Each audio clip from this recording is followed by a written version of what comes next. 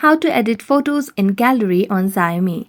Hello everyone, welcome to this channel. I'm Emily and I'm here to help you out today. So without any delay, let's get started. So first of all, go to the app list and tap on the gallery option.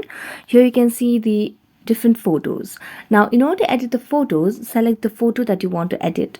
After selecting on that, what you can do is you can just tap on it, and here you can see the edit option over here at the bottom.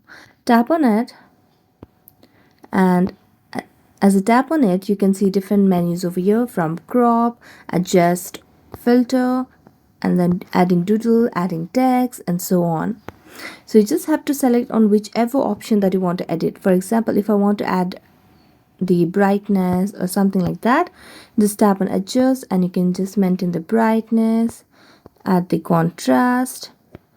Then if you want to add, or you just want to crop the picture, you can just tap on crop option, and here you can select the custom size over here, or you can just go for the 1:1, 3:4 ratio, and different ratios that you would preferably want for your picture.